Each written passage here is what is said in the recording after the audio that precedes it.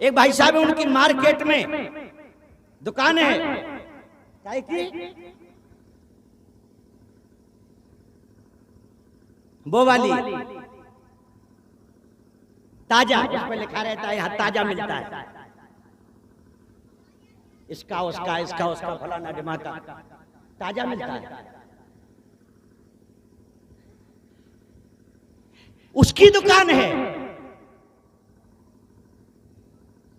बहुत चलती है दुकान, चाहे जिस जानवर का मांग लो आप, चाहे जिस जानवर का मांग लो वहां मिलता है ताजा बासा सब।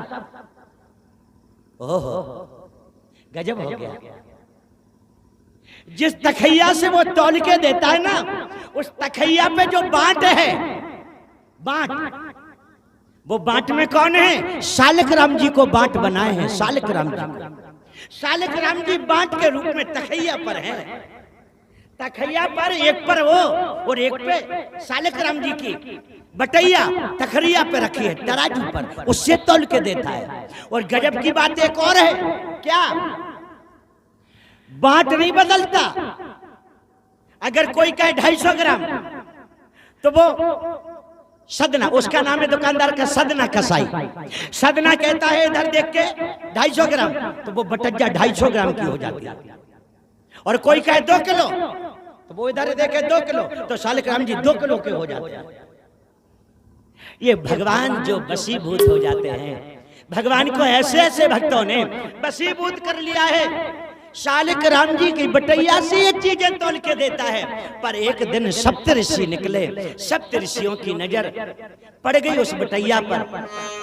सदना तो नहीं जानता था कि ये क्या है, पर जब सप्तऋषियों की नजर पड़ी, सप्तऋषि हाथ जोड़ के खड़े हो गए। सदना, ये बटैया हमें दे दो, ये बटैया हमें दे दो, मोह मांगी रकम ले लो। अंदर ही अंदर मन से भगवान सालिक राम जी से कह रहे हैं, साधु संत प्रभु आपको क्या हो गया, आप इसके बंधन में हैं? भैया ये बटैया बहुत अच्छी है, ये बाट बहुत अच्छा है, मुझे दे दो। कितना पैसा दोगे? सदना बोला कितना पैसा दोगे? महात्मा बोले 1000 रुपए ले लो, 1000 हीरे ले लो, 1000 पैसा जो भी तुम कहो ले। अरे अरे, उसने सोचा ये तो 2 रुपए का भी पत्थर नहीं है, ये 1000 दे रहे हैं, ले जाओ।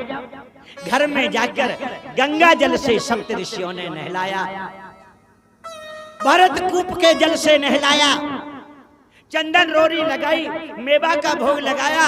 दिन भर बीत गया। जब रात के 12 बजे तो सालिक राम जी ने महात्माओं को सपना दिया, महात्मा जी मुझे तुम्हारे घर में अच्छा नहीं लग रहा, हमें तो वही छोड़े आओ, हमें तो वही छोड़े आओ, हमें तो सदना कसाई के घर छोड़े आओ, हमें तो सदना कसाई के घर छोड़े आओ। बहुत सारे प्रसंगों को हम आपको थोड़ी देर में सुनाएंगे, पर अद्भुत है। अगर इस कथा को विस्तार से देखें तो जब सप्तऋषियों ने सदना कसाई से कहा कि ये हैं, हमारे घर में राजी नहीं है, तुम्हारे घर में राजी हैं, तो सदना ने कहा कि एक बार दर्शन दे दो। तब भगवान ने तराजू के उस पले पर सशंक चक्रम सकरीट कुंडलम सपीत वस्त्रम सरसोरोचणम दर्शन कराया।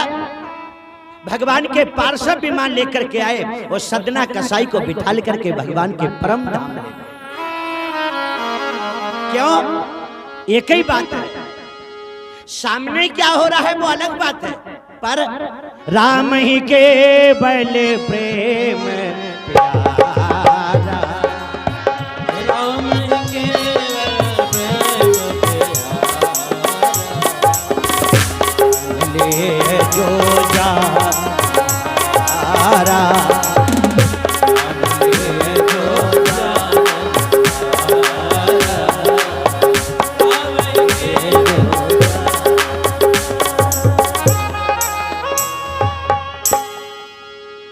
भगवान ने आज सबके कहने से शूकर अवतार ले लिया, वराह अवतार। चारों ओर पृथ्वी को ढूंढ रहे हैं, पर पृथ्वी माता का कोई अता पता नहीं है। पृथ्वी दिखाई नहीं दी। भगवान समुद्र में कूद गए। समुद्र में पृथ्वी को ढूंढा, नहीं मिली। भगवान पाताल में चले गए, पाताल में पृथ्वी को ढूंढा, नहीं मिली। भगवान निराश हो गए, पता नहीं कहां छुपा के रखा है। भगवान जब वापस लौटने लगे तो प्रभु की नजर, प्रभु की दृष्टि एक गंदगी के ढेर पर पड़ी है। गंदगी का ढेर।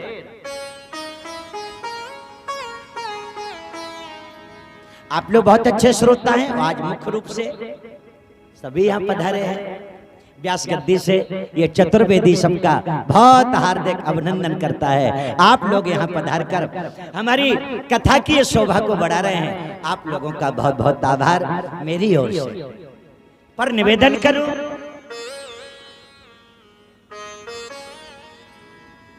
भगवान ने अपने जीवन में दो ढेर देखे। भगवान ने अपने जीवन में दो ढेर देखे हैं, एक गंदगी का ढेर और एक अस्थियों का ढेर। गंदगी का ढेर भागवत में देखा, अस्थियों का ढेर रामायण में देखा। भगवान श्री राम ने साधु संतों से अस्थि समूह देख रघुराया। भगवान ने पूछा संतों से, ये अस्थियां काय की हैं? संतों ने बताया, निशे चरनी कर सकल मुनि खाए।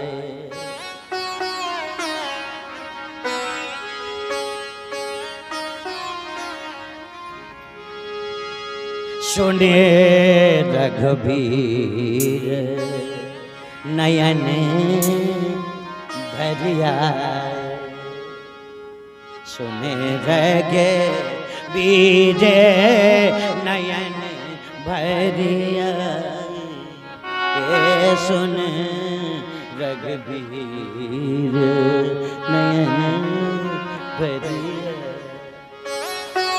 भगवान के नेत्र सजल हो गए जब संतों ने बताया कि ये निश्चर निकर सकल मुनि खाए।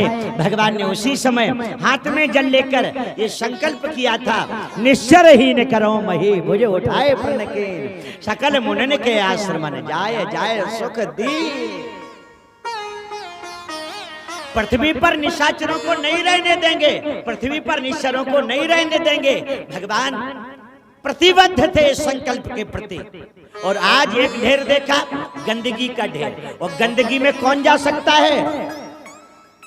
शूकर। गंदगी में शूकर जा सकता है।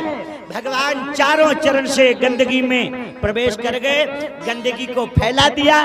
नीचे देखा तो पृथ्वी माता बिलख रही थी, पृथ्वी माता बिलख रही थी।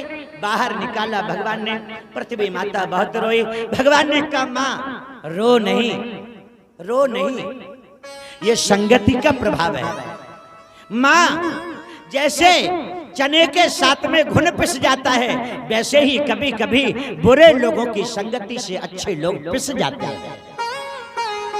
मां हम तुम्हें लेने आए हैं, मेरे साथ चलो।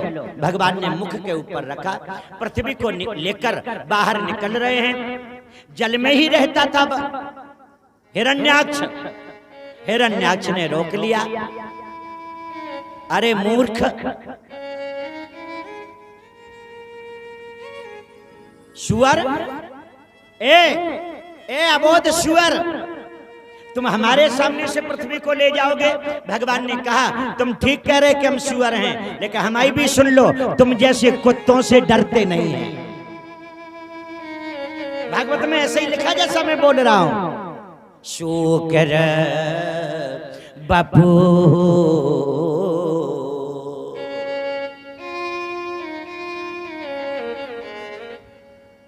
भगवान ने हिरण्याक्ष से युद्ध किया है। भागवत पुराण में लिखा है 40 दिन तक युद्ध होता रहा। 40 दिनों तक युद्ध चला। जब देवताओं ने प्रार्थना की तब भगवान ने 41वें दिन उसको मार दिया। जल में मर नहीं सकता था, जल का जीव है।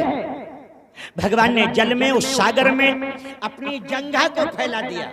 अपनी जंघा को भगवान ने एक चट्टान का रूप दिया है, एक चट्टान का रूप दिया है, उसी पर पछाड़ दिया तो हिरण्याक्ष के प्राण निकल गए। बोल बारा भगवान की। भगवान ने पृथ्वी माता की स्थापना कर दी, भूदेवी को स्थापित किया, सब लोग स्तुति करने लगे। जय जय नारायण नारायण हरि हरि, जय जय नारायण नारायण हरि हरि, जय जय नारायण नारायण हरि।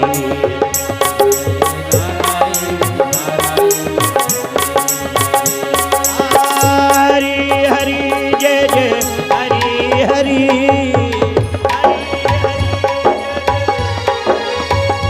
जय जय नारायण नारायण, जय जय नारायण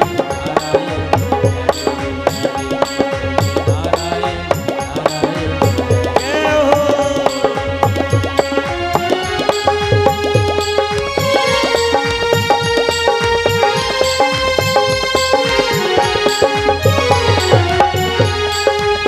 जय राधे।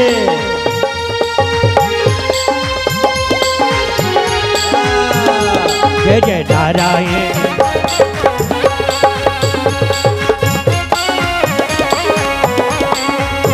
एक मिनट के लिए ऊपर हाथ उठा के पूरे भाव से नारायण नारायण।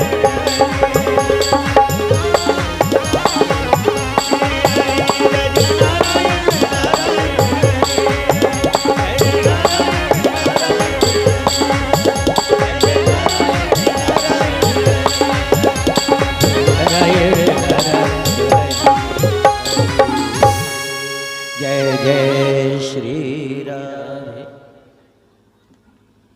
हिरण्याक्ष का बड़ा भाई है हिरण्यकश्यप। हिरण्याक्ष का बड़ा भाई है हिरण्यकश्यप, जिसने सारे वरदान प्राप्त कर लिए, सारे वरदान प्राप्त कर लिए। अभिमान है शायद मेरी मृत्यु नहीं आएगी, मेरी मृत्यु नहीं आएगी,